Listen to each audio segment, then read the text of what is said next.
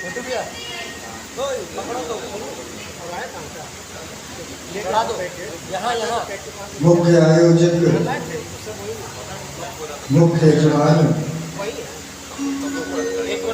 हमारे श्री पशुपतिनाथ जी,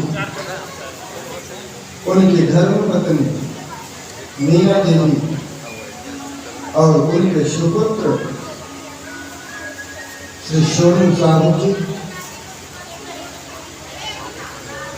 उनकी धर्मपत्नी सुरेखा जी एवं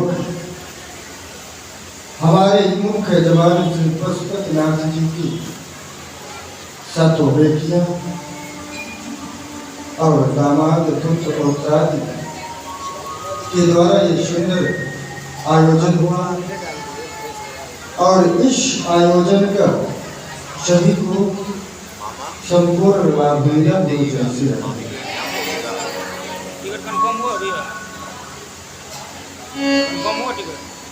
तो आज विश्राम दिवस की कथा होगी।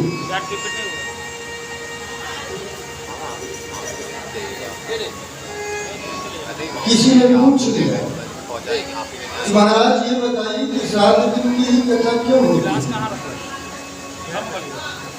यही 7 दिनों में हर व्यक्ति अच्छे बुरे कर्म करता है। इन्हीं 7 दिनों के अंदर व्यक्ति जन्म लेता है और फिर मृत्यु को प्राप्त करता है। जब हम 7 दिन तक अनवरत ये कथा सुनते हैं,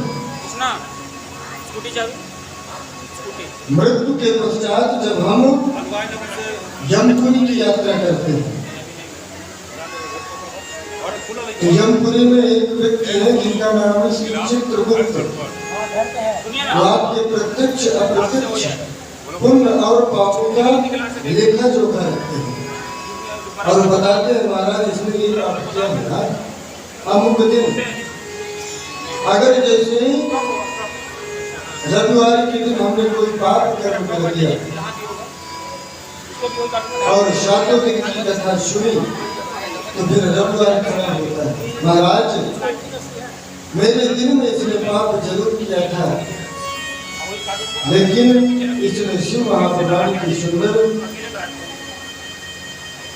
की कथा को भी श्रवण किया है। सोमवार खड़ा होता है महाराज, उसने जिस दिन मेरा दिन था उस दिन भी इसने सुंदर कथा श्रवण की, इसलिए मेरे दिन में इस व्यक्ति की अधोगति नहीं होना चाहिए। इसी प्रकार 7 ग्रह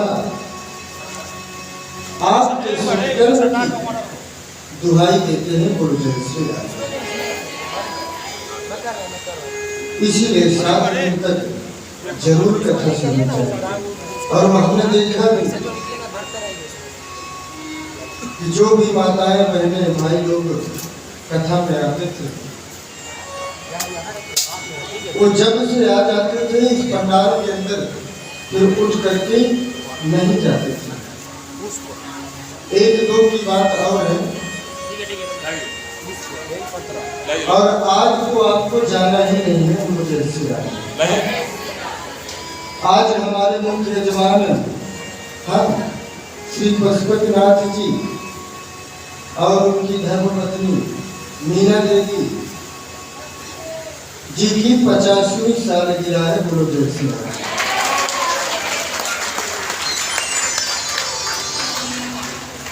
इन्होंने 50वीं सालगिरह में सुंदर शिव महापुराण का आयोजन किया और इस आयोजन से इनको तो लाभ मिला ही, जितने भी राजगार के निवासी हैं सभी को इसका लाभ मिला।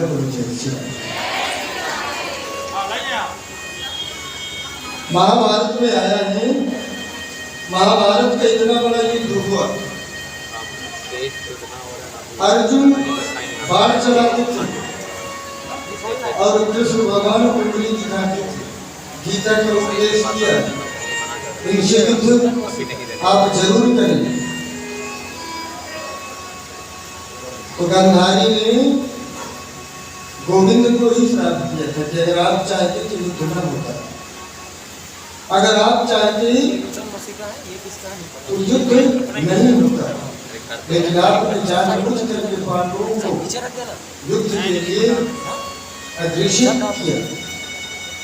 उसी प्रकार अगर कोई हम सत्कर्म करते हैं तो उस सत्कर्म का हमें फल तो जरूर मिलता है, लेकिन अगर हमारे सत्कर्म करने से जितने लोगों का कल्याण होता है उसका और फल मिलता है गुरु जय श्री राम। क्योंकि भगवान के दरबार में ये नहीं कि भैया आप इतना ले लिए तो वहाँ कुछ बचा ही नहीं। गुरु जय श्री राम।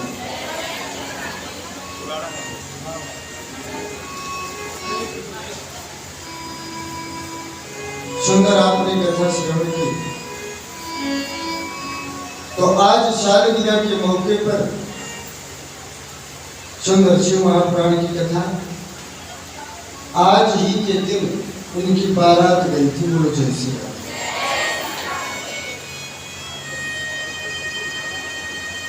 और बारात लेकर के गए थे, मीना जी को दूसरे दिन वापस लाए थे गुरु जय श्री राम।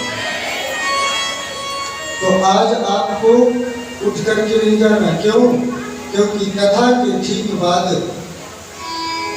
सुंदर भंडारे का भी आयोजन है गुरु जय श्री राम। और सभी लोगों को भगवान का सुंदर भोग, ये जो भंडारा बना है, इसको ग्रहण करके ही जाना है गुरु जय श्री राम। क्योंकि ये प्रसाद है, प्रसाद में प्रमाण प्रभु सामान्य साक्षात हमारे दर्शन। कथा के बाद प्रसाद जरूर ग्रहण करना चाहिए। तो सभी लोगों को यहाँ से सुंदर भंडारे का प्रसाद लेकर के ही जाना है, बिना प्रसाद के कोई नहीं जाएगा। जैसे जैसे होली समापन की हो जाएगी उधर प्रसाद आपकी प्रतीक्षा करेगा गुरु जय श्री राम।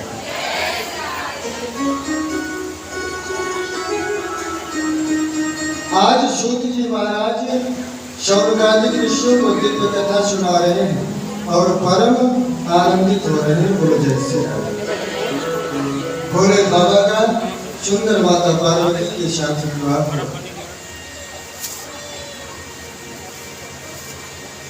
विवाह होने के बाद भोले बाबा माता पार्वती को लेकर के काशी पहुंचे गुरु जय श्री राम। और काशी में निवास कर रहे हैं।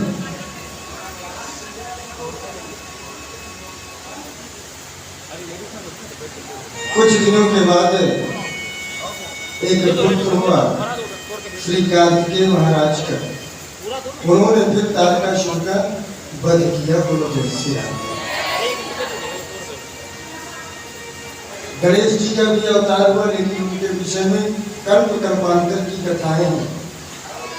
कोई तो कहता है कि एक बार माता पार्वती जी स्नान कर रही थी गुफा के अंदर, कोई अचानक आना चाहे तो गणेश जी का निर्माण किया और द्वार की रखवाली करने के लिए खड़ा कर दिया गुरु जय श्री राम। बेटा कोई अंदर ना आने पाए। अचानक भोले बाबा आ गए।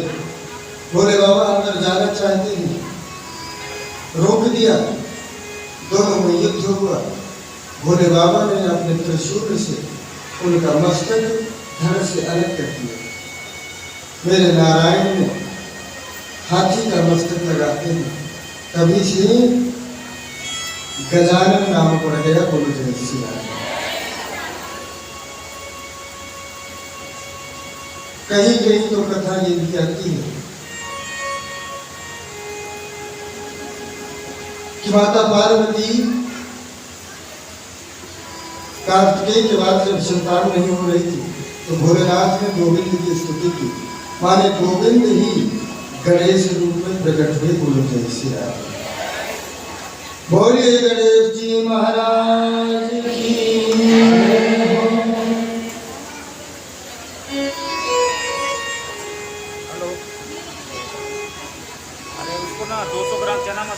सूत जी महाराज शौनकादिक ऋषियों को कथा सुना रहे हैं। चना मसाला एवरेस्ट का 200 ग्राम और एक 200 और परम एक आनंदित हो रहे एक बोलो पाव जय कच्चा श्री पत्ती, राम। एक पाव कच्चा पत्ती कोई सा भी। 12 ज्योतिर्लिंगों की कथा। हाँ, एक पाव का और 2 किलो दूध। भोलेनाथ के 12 पैकेट ज्योतिर्लिंग, वाला दूध, ओमफेड दूध, वही ब्राउन का 4 धाम हैं। व्यक्ति को अपने जीवन में, संपूर्ण जीवन में एक बार 12 ज्योतिर्लिंग जरूर जाना चाहिए। बोलो जय श्री राम।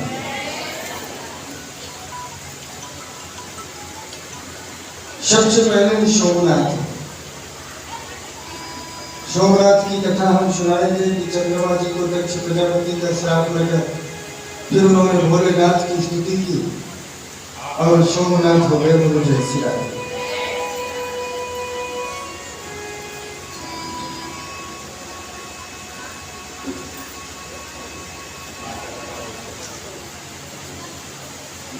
श्री चंद्रमा जी ने इकट्ठा हो जाएगा। भोलेनाथ के लिंग का निर्माण करके सुंदर पूजन किया था।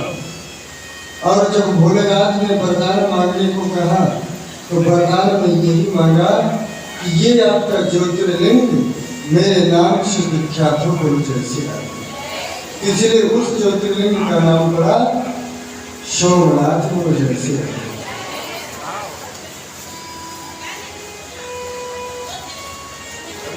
इसके बाद नंबर आता है मल्लिकार्जुन।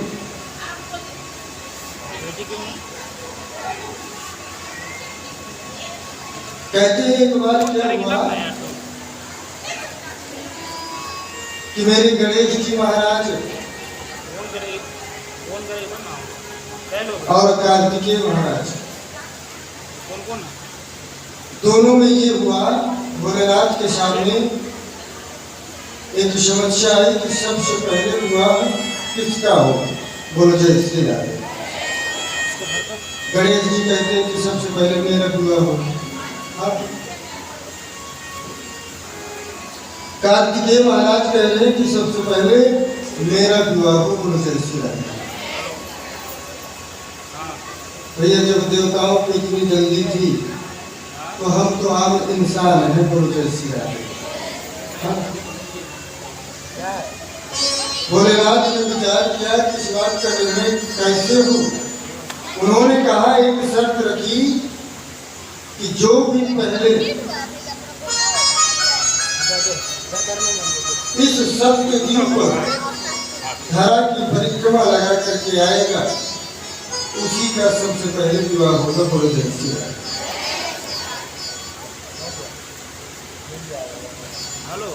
इस पृथ्वी की परिक्रमा माला बनाता है ना मोटा वाला, जो सबसे पहले है।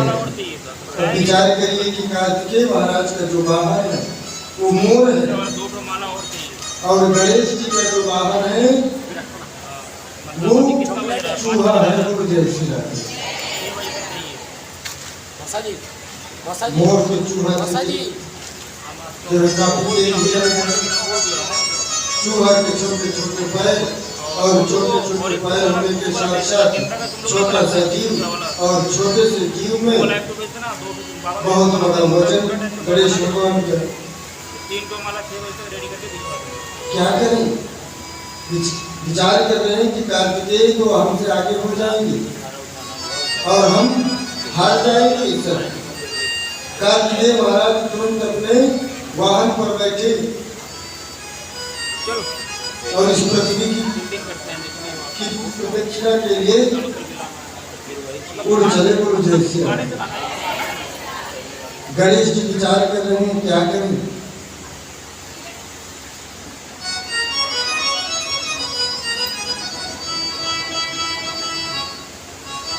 गणेश जी विचार करते हैं कि संसार के माता पिता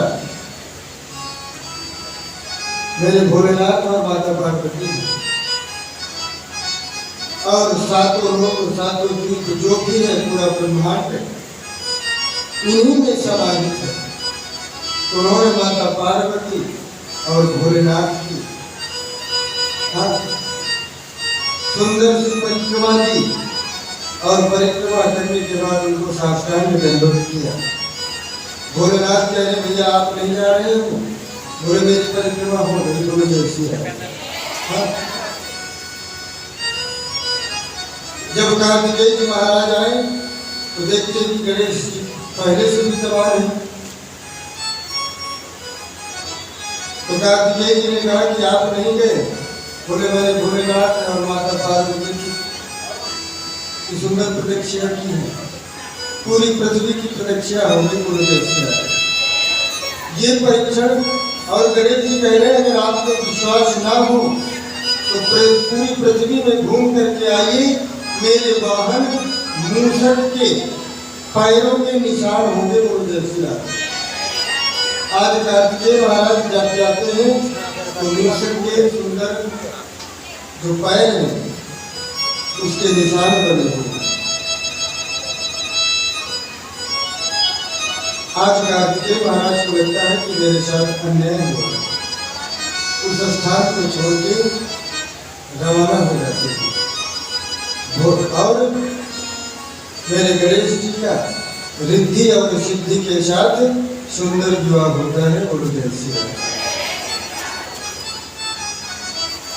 गणेश जी के पास जो कंपटीशन आया था, जो शर्त आई थी, वो शर्त जीत गए। इसीलिए कहा गया है कि अगर किसी बच्चे की बुद्धि कमजोर हो और स्मरण शक्ति कमजोर हो तो उसको सरस्वती माता की उपासना करनी चाहिए। लेकिन अगर कंपटीशन निकालना है तो फिर गणेश भगवान की उपासना करनी चाहिए। और गणेश भगवान का सबसे प्रिय पदार्थ दूर्वा है, दूब घास। 10 दूर्वा आप चढ़ाएं अपने बच्चे के नाम से, उसकी मनोकामना जरूर पूर्ण होगी। बोलो जय श्री राम।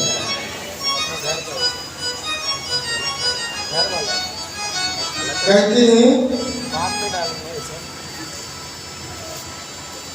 कार्तिकेय महाराज वहां से निकल करके अरण्य में गए और वहां भोलेनाथ का सुंदर पूजन किया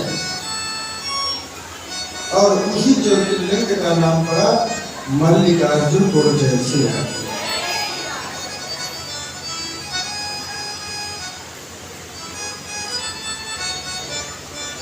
मेरे गणेश जी का विवाह रिद्धि सिद्धि के साथ हो गया। 2 पत्नियां मिली। सूत जी महाराज शौनकादिक ऋषियों को कथा सुना रहे हैं।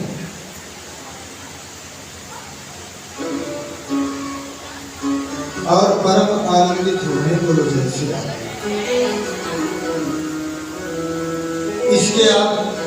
इसके बाद महाकालेश्वर एक अवंत नाम का राज्य था और उस राज्य के राजा थे वृषभेन महाराज।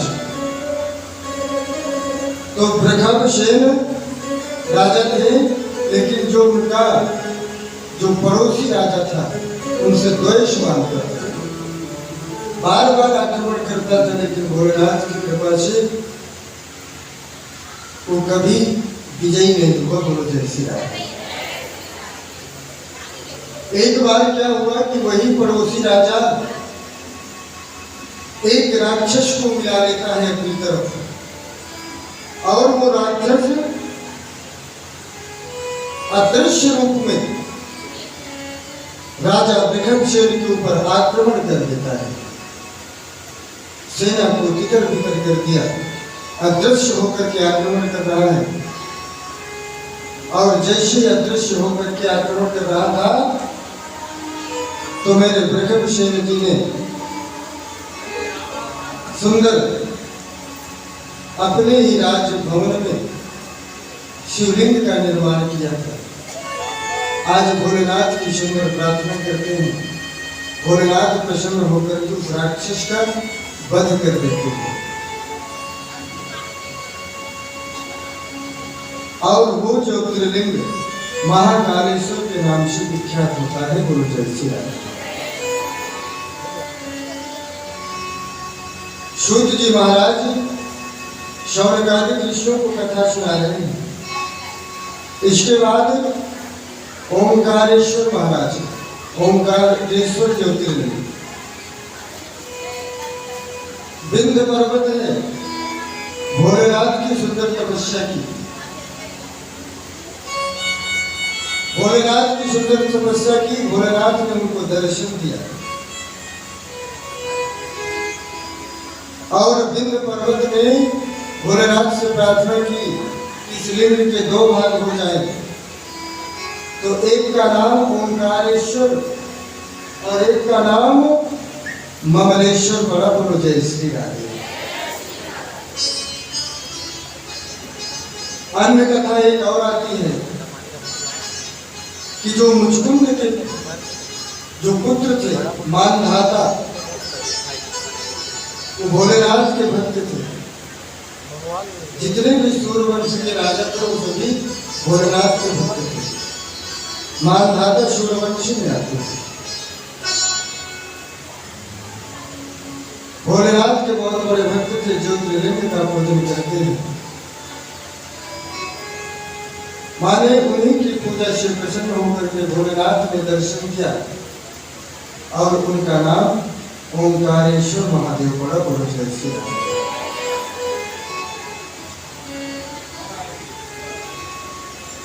इसके बाद श्री केदारनाथ। बोलो जय श्री राम। केदारनाथ क्षेत्र में एक बार माता पार्वती ने भोले से पूछा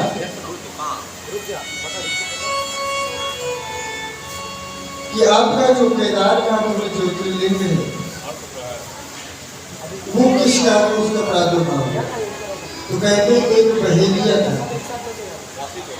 बहेली का काम था शिकार करना, पक्षी आदि का।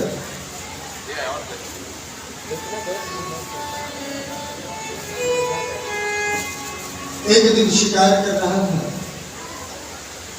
रात हो गई लेकिन शिकार नहीं मिला।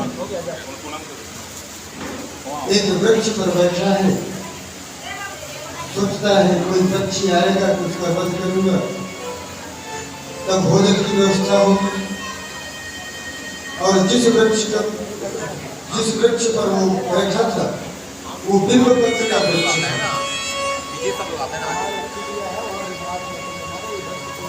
उस दिन शिवरात्रि का दिन था। जब भी कोई पक्षी दिखता, जैसे ही बाण खींचता, एक बिल्व पत्र टूट करके नीचे सीने में बना था, उसी में गिर जाता। बोल जाती है। 4 प्रहर की पूजा हो गई। भोलेनाथ ने सुंदर उस बहेली को दर्शन दिया, वही केदारनाथ को दर्शन दिया। अन्य कथा आती है कि केदारनाथ में नर नारायण ने सुंदर शिवलिंग का निर्माण करके भोलेनाथ के सामने तपस्या की थी। उसी से उस शिवलिंग का नाम केदारनाथ पड़ा। बोल जैसे केदारनाथ के विषय में ये भी कथा आती है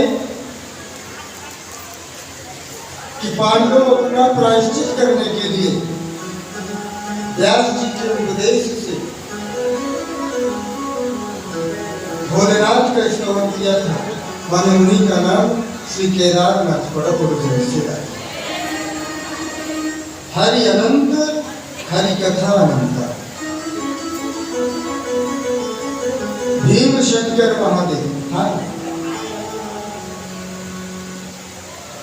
कहते हैं कि एक उज्जनक नाम स्थान था, तो एक भीम नाम का राक्षस हुआ जो कुंभकर्ण का पुत्र था।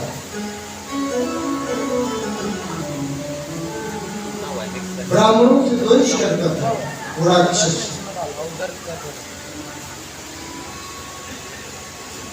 यहाँ तक कि ब्रह्मा जी से भी द्वेष करता था। तो उज्जनक स्थान में ब्रह्मा जी तपस्या कर रहे थे, उनको परेशान करने लगे। ब्रह्मा जी ने उस भीम राक्षस का वध कर दिया। जब ब्रह्मा जी को दर्शन दिए तो ब्रह्मा जी ने वरदान में यही मांगा कि ठाकुर आपका भक्त आपके सानिध्य में मरा है, इसी के नाम से आपके ज्योतिर्लिंग का नाम पड़े। इसलिए भीम शंकर नाम बैद्यनाथ खेलने के लिए कुछ देना इसको। रावण भोलेनाथ का बहुत बड़ा भक्त था।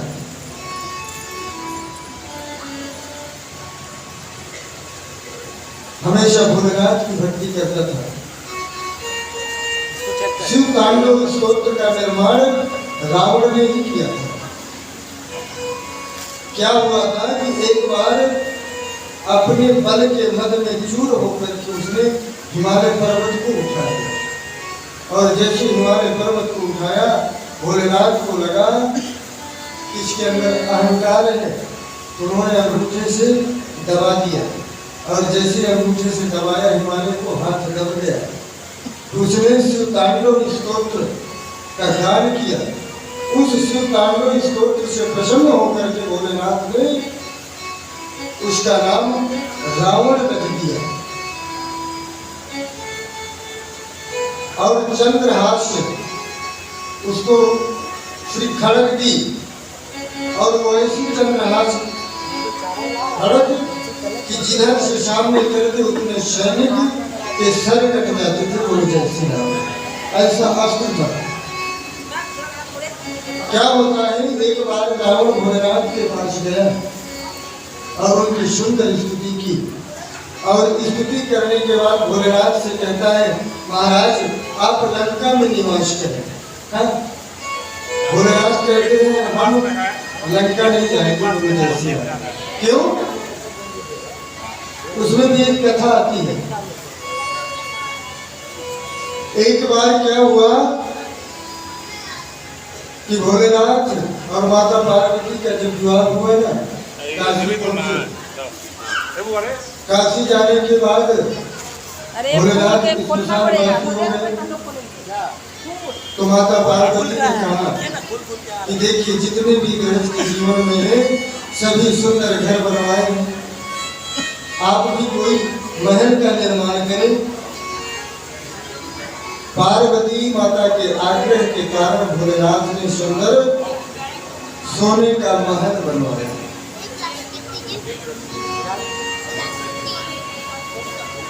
आज बस की कथा है, चाहे आपस में बात कर लीजिए, चाहे हमारी कथा सुन लीजिए। बोलो जैसी आए।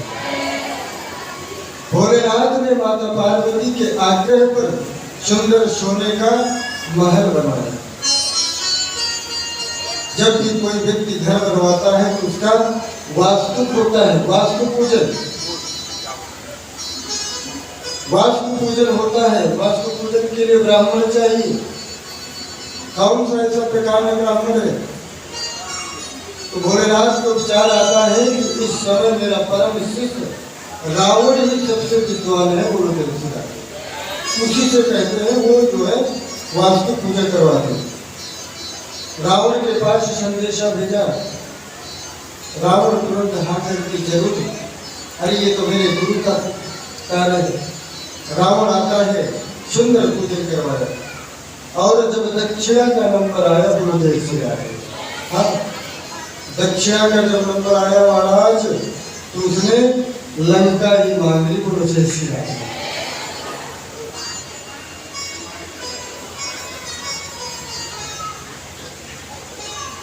शास्त्र में आया है कि पूजा करने वाले ब्राह्मण को निराश नहीं करना चाहिए, तभी पूजा सफल होती है। आज भोलेनाथ विचार करते हैं कि हमने रावण को बुलवाया, सुंदर पूजा हुई, सब कुछ हुआ, लोग बस इसने दक्षिणा में लंका मांग ली, तो क्या हुआ? चलिए आज से लंका आपकी ही है। गुरु जय श्री राम। माता पार्वती देवी आप क्या कहती हैं? बोले नहीं, लंका आपकी ही है। लेकिन माता पार्वती जी का जो सपना था उसमें पानी गिर गया, अंदर ही अंदर अब जल रही है। इसको कहां से उड़ा लिया? तो लंका ही मान लिया। उन्होंने श्राप दिया कि मैं ही श्राप देती हूँ कि लंका में जो भी निवास करेगा उसके संपूर्ण कुल का नाश हो जाएगा। गुरुदेव से भोलेनाथ कहते हैं कि अब तो हम लंका कभी नहीं जाएंगे, तो यहाँ से हमें निकलना चाहिए। गुरुदेव से हाँ, अब इसमें तो ब्राह्मण देवता रहेंगे। भोलेनाथ के से स्मशानवासी हो गए। गुरुदेव से तब से पार्वती मैया ने कभी आग्रह नहीं किया कि मुझे महल चाहिए। गुरुदेव से क्या होगा, महल बनवाएंगे, फिर कोई ब्राह्मण आएगा लोभ में वो महल मांग लेगा। गुरुदेव से भोलेनाथ कभी भी लंका में नहीं जाते। क्यों? अरे मैंने दान किया है, तो दान देने के बाद अगर उस चीज का मैं उपयोग करूंगा तो दोष लगता है। भोलेनाथ कहते मैं नहीं जा सकता। आज रावण ने बहुत आग्रह किया, महाराज आपको चलना चाहिए। भोलेनाथ ने एक ज्योतिर्लिंग दिया, लो इसको ले जाओ, मानो मैं ही हूँ। जैसे और जब तक ये ज्योतिर्लिंग रहेगा तुम्हारी कभी भी हार नहीं होगी। लेकिन एक शर्त है, इसको कहीं पर भी रखना नहीं, यहाँ से लेकर के सीधे लंका में ही रखना। अगर बीच में कहीं भी रख दिया तो उसी स्थान पर ये स्थापित हो जाएंगे। आज रावण लेकर के शिवलिंग को लेकर के जाता है, बीच में उसको भगवान की माया से उसको बीच में नपुंसकता आ जाती है। गुरुदेव से तो एक ग्वाल वाला था, उसको देते हैं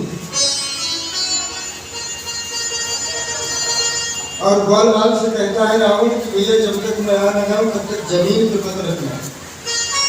भगवान की माया से उस दिन काफी देर हो गई रावण को और वो मूर्ति का वजन बढ़ा, ग्वाल वाला ने रख दिया। गुरुदेव की और जैसे ही रखा तो मेरे भोलेनाथ उसके स्थान पर विराजमान हो गए। गुरुदेव से कोई तो यहाँ तक कहता है, हरि अनंत हरि कथानंद।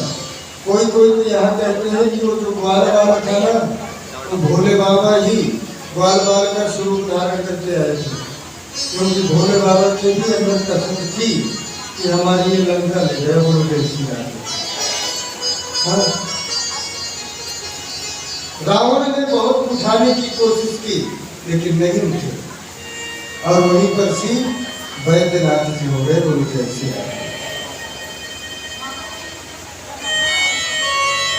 मेरे त्र्यंबकेश्वर ज्योतिर्लिंग एक गौतम ऋषि थे। एक बार क्या हुआ कि एक गाय की हत्या हो गई धोखे से। उस गौहत्या से निवृत्ति पाने के लिए, मुक्ति पाने के लिए उन्होंने भोलेनाथ का पूजन किया ज्योतिर्लिंग बना करके। और जब भोलेनाथ का पूजन हुआ तो उसी से श्री त्र्यंबकेश्वर महाराज हो गए। गुरुदेव से काशी विश्वनाथ जो बनारस में है, वाराणसी में, काशी विश्वनाथ विवाह होने के बाद काशी नगरी आए भोलेनाथ और अपने आप को ज्योतिर्लिंग के रूप में शिव प्रादुर्भाव कर लिया और साक्षात भोलेनाथ का स्वरूप है। गुरुदेव से नागेश्वर महादेव, अभी हम जो है ये जनवरी में ही शायद नागेश्वर महादेव और सोमनाथ और द्वारकापुरी के दर्शन करने गए थे। गुरुदेव से नागेश्वर महादेव सूत जी महाराज स्वर्गादि कृष्णों से कहते हैं कि एक व्यापारी था, उसका नियम था कि जब भी वो व्यापार करने के लिए जाता था तो भोलेनाथ का पूजन जरूर करके जाता था गुरु जय श्री राम। लेकिन एक वहीं पर दारुक नाम का राक्षस था। इससे उसे बड़ी जलन होती थी कि ये पूजा करते हैं। एक दिन क्या हुआ कि वो व्यापारी गया नौका लेकर के व्यापार के लिए, तो उस राक्षस ने नौका सहित उस व्यापारी को अदृश्य कर दिया। भोलेनाथ का भक्त था व्यापारी। भोलेनाथ की प्रार्थना की, आज भोलेनाथ उस दारुक राक्षस का वध कर दिया। आज उसी व्यापारी के द्वारा जो पूजित लिंग है उसी का नाम नागेश्वर महादेव पड़ा। बोलो जय श्री राम। रामेश्वरम। एक बार क्या हुआ, जब मेरे राघवेंद्र सरकार को आक्रमण करना था रावण के ऊपर, तो सोचे पहले किसकी पूजा करनी, भोलेनाथ का पूजन करनी। हनुमान जी को आदेश दिया, अरे भैया आप चले जाइए तो गंधमादन पर्वत से, क्योंकि गंधमादन पर्वत में जितने भी पत्थर हैं वो भोलेनाथ का ही स्वरूप है। एक शिवलिंग लेकर के आए। हनुमान जी लेने के लिए गए, लेकिन उनको थोड़ा देर हो गई, और जैसी ही देर हुई मुहूर्त जा रहा था, तो मुहूर्त जा रहा था तो राम जी ने जो है बालू से ही शिवलिंग का निर्माण कर दिया। पूजन भी हो गया, स्थापना हो गई। इतने में हनुमान जी महाराज आ गए। बोलो जय श्री राम। हनुमान जी ने कहा, जब आपको बालू के ही शिवलिंग बनाना था तो मुझे भेजा ही क्यों? राम जी ने कहा, अगर इनको उखाड़ दो और जो आप शिवलिंग लाए हैं इनको उठा दो। हनुमान जी अपनी पूंछ के द्वारा शिवलिंग को लपेट करके उखाड़ना चाहा, लेकिन उखाड़ना तो दूर भैया, हिला भी नहीं सके। बोलो जय श्री राम।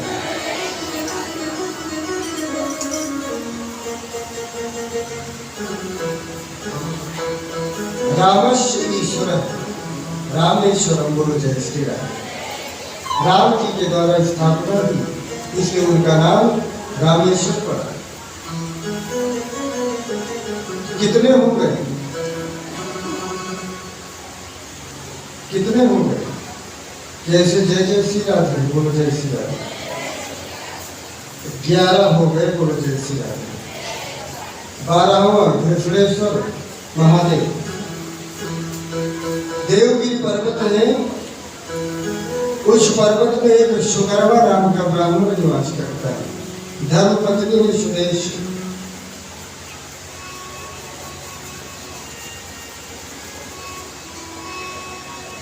किसी कारणवश जो पत्नी सुदेश उनकी मृत्यु हो जाती है, उस ब्राह्मण की दूसरी शादी होती है, और उस धर्मपत्नी का नाम था भूषमा।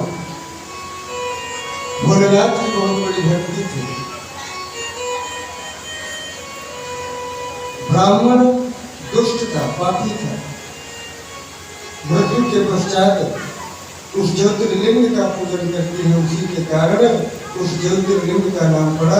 घुष्मा नाम था तो घुष्मेश्वर महादेव। बोलो जय श्री राम।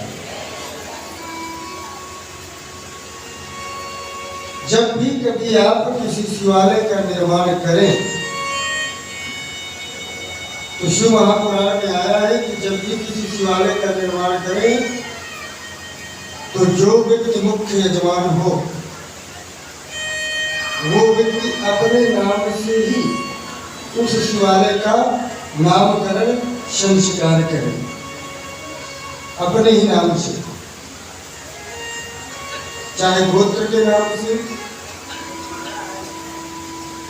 चाहे अपने नाम से। बोलो जय श्री राम। सूत जी महाराज परम दिव्य कथा सुना रहे हैं। बोलो जय श्री राम। कथा वो है जो हमारे जीवन पर अवतरित हो जाए। बोलो जय श्री राम। तो आइए सुंदर भोलेनाथ का भजन करेंगे और इसके आगे की कथा श्रवण करेंगे। बोलो जय श्री राम।